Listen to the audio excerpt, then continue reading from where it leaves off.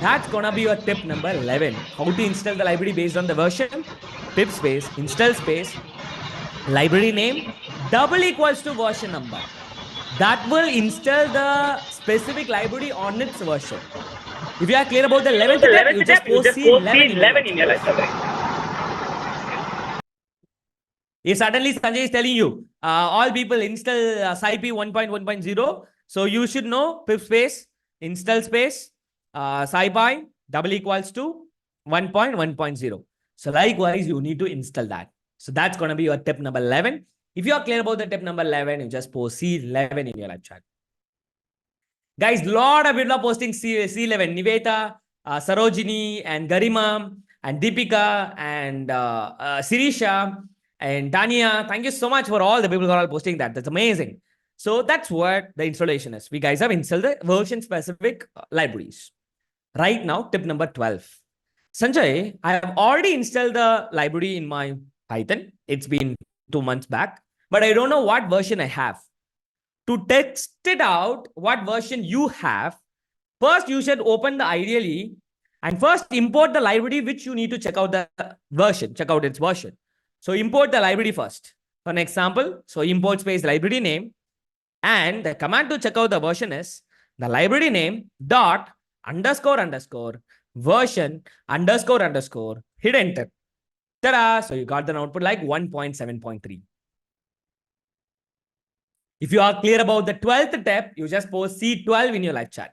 If you want to check out the pandas library version, first import the pandas library and import space pandas and pandas dot underscore underscore version underscore underscore, hit enter. Ta-da! 1.3.4.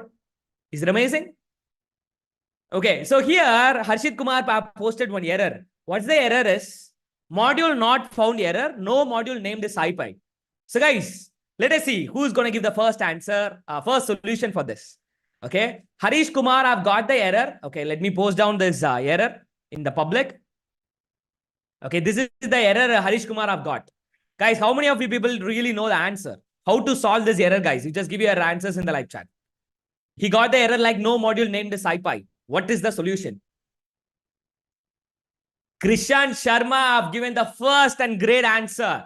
Pip space, install space, SciPy. That's a great answer. First of all, you need to install that library. Only after you have installed the library, you can able to solve that no module named SciPy. Guys, first of all, give a great applause for all the people who are all present here.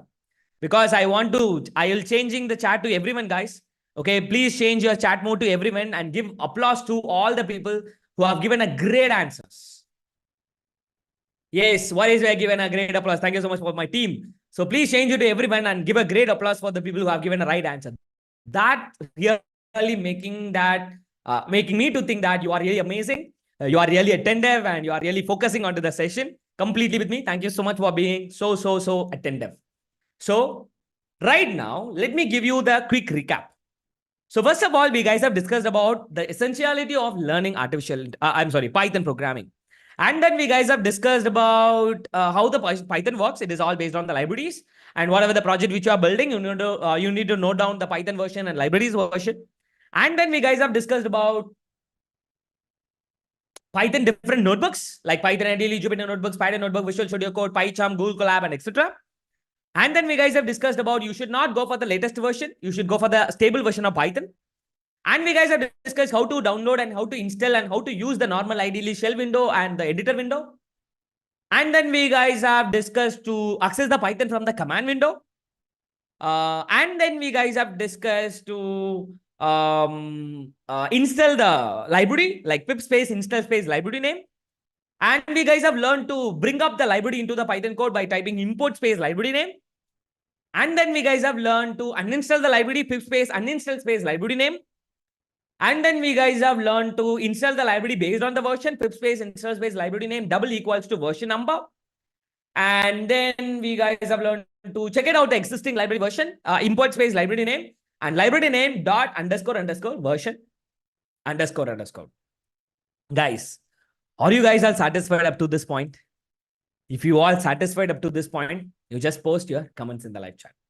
And even if you really wish to write a review for me, My team will be giving you the link in the live chat. You just click that link and write a paragraph kind of review with a 5-star for me, guys. If you really love it. If you don't love it, don't write the review. Okay, it's up to your wish.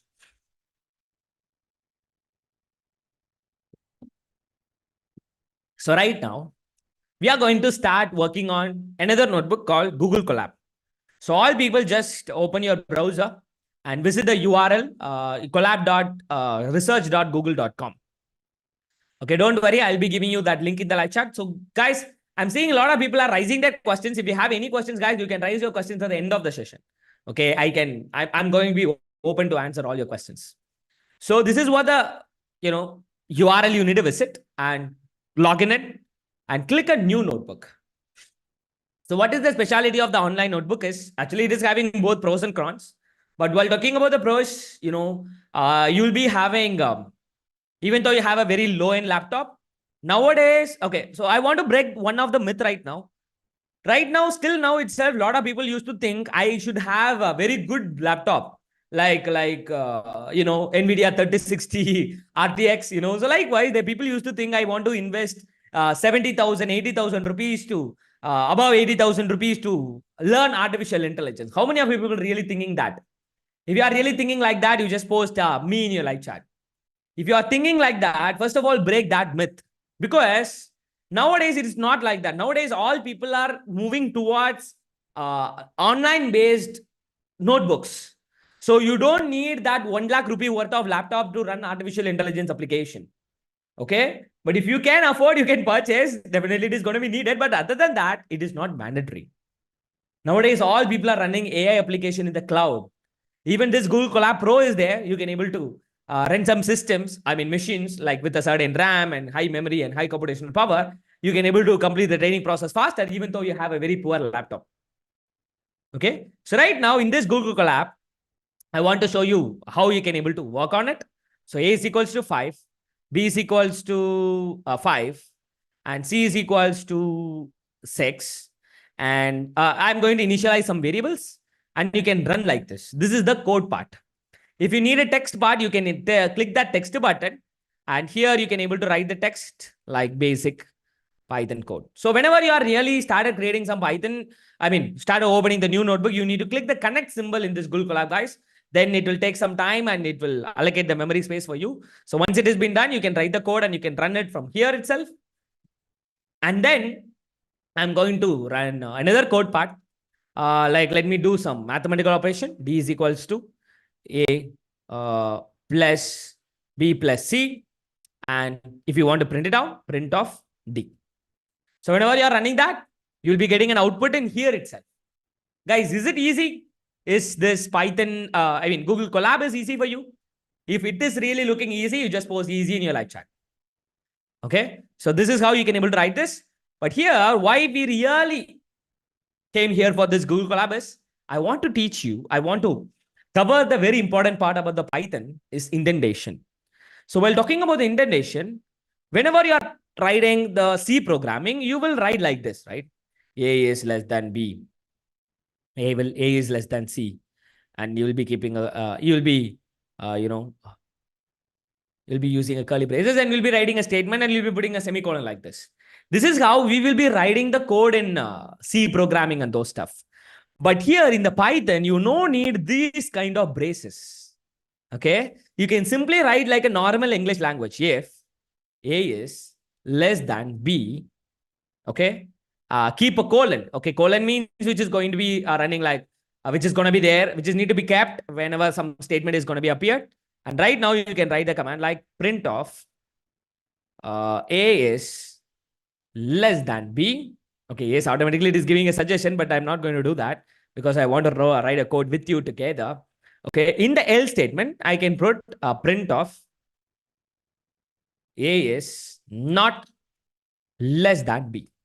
Okay, so here we are really testing out whether A is less than B or not. Okay, so if A is less than B, we are going to print A is less than B. If it is not, then we are going to print else A is not less than B. So if this is the code, just carefully what this line of program is under this if condition. This line of program is under this else condition. This space is known as indentation. Are you clear about it, guys? If you are clear about the indentation, you just post clear Sanjay in your live chat. If I'm going to run this, we will be getting an output like A is not less than B, because here A and B is 5, 5. 5 is not less than 5. 5 is actually equal to 5. So that's why we are getting an output like A is not less than B. Instead, if you are putting A is less than or equal to B, definitely you'll be getting an output like A is less than or B or something. Okay. But other than that, here both the things are same, 5, 5.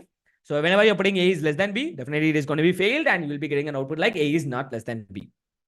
So right now, let us go one step further. In the same if, but we are going to do another condition. If you might have heard about the else if. But here, else if is not there, you can use elif. Okay, if elif, A is double equals to B, then print of,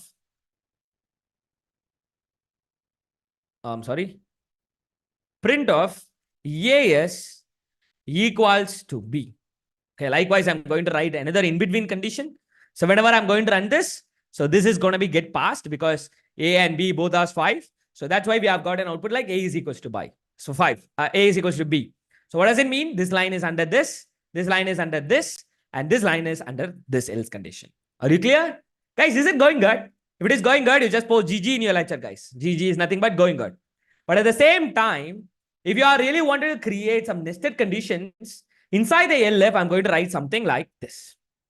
If A is less than C, I'm going to put up a print statement of A is less than C, whereas else print of A is not less than C. Okay. So likewise, you have written this code. Just carefully watch. All these 5 lines is under this elif. This line is under this else. This line is under this if. Guys, are you clear about the indentation? This indentation is very, very, very important thing. So here we guys have got 2 outputs. Okay, while talking about the 2 outputs. So first output is A is equals to B. This is we have got from here. The second output is A is less than C, which we have got from here. So all these 5 lines is under this elif, and this line is under this if, and this line is under this else. But togetherly, all the 5 lines is under this elif. So that's what the indentation is. If you are really making any mistake on indentation like this, you will get an error, indentation error. Guys, is it clear? If it is super clear, you just post super clear, Sanjay, in your live chat. So very, very careful about the indentation. It should be indented properly. Otherwise, you'll be getting an indentation error.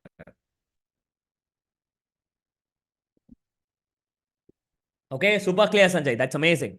But at the same time, if you really want to use for and then range, you can be able to usually do it. Okay, instead before that, we'll learn about the while. So I'm going to initialize one variable like I is equals to 5, I is equals to 0.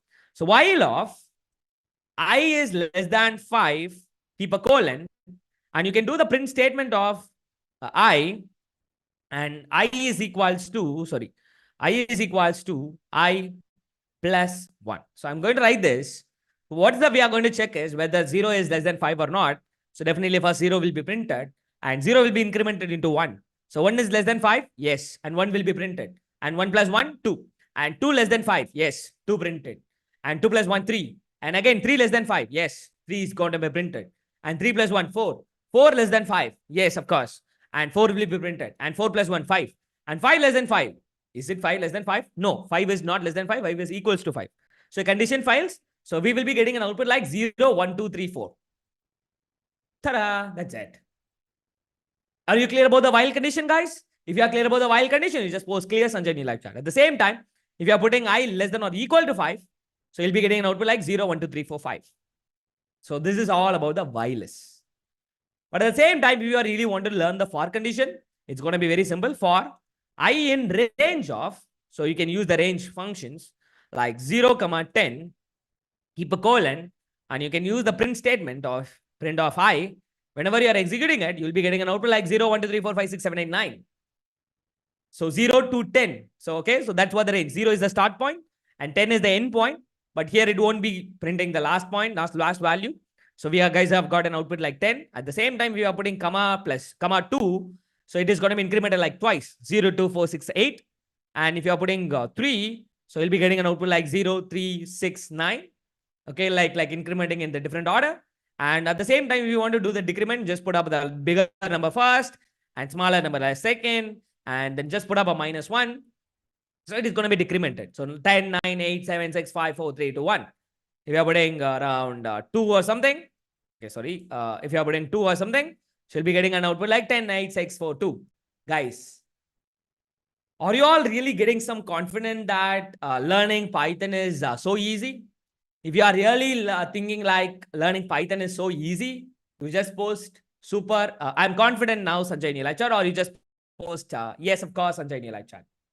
Okay. So whenever you are really building as a project, you will be really getting a confidence instead of learning in a syntax oriented. That is where in the 3-month online internship in our bundle, we have kept AI at first, not Python at first. Because whenever you are going for directly onto the Python, right now you are okay. But whenever you are directly jumping into the Python and advanced syntax oriented concept, you will give up. A lot of people have given up already. How many of people are really on that category, guys? If you are in that, you just post me in your live chat. So that's why whenever you are building some project parallelly by learning a programming, you will love the subject, you will love the application.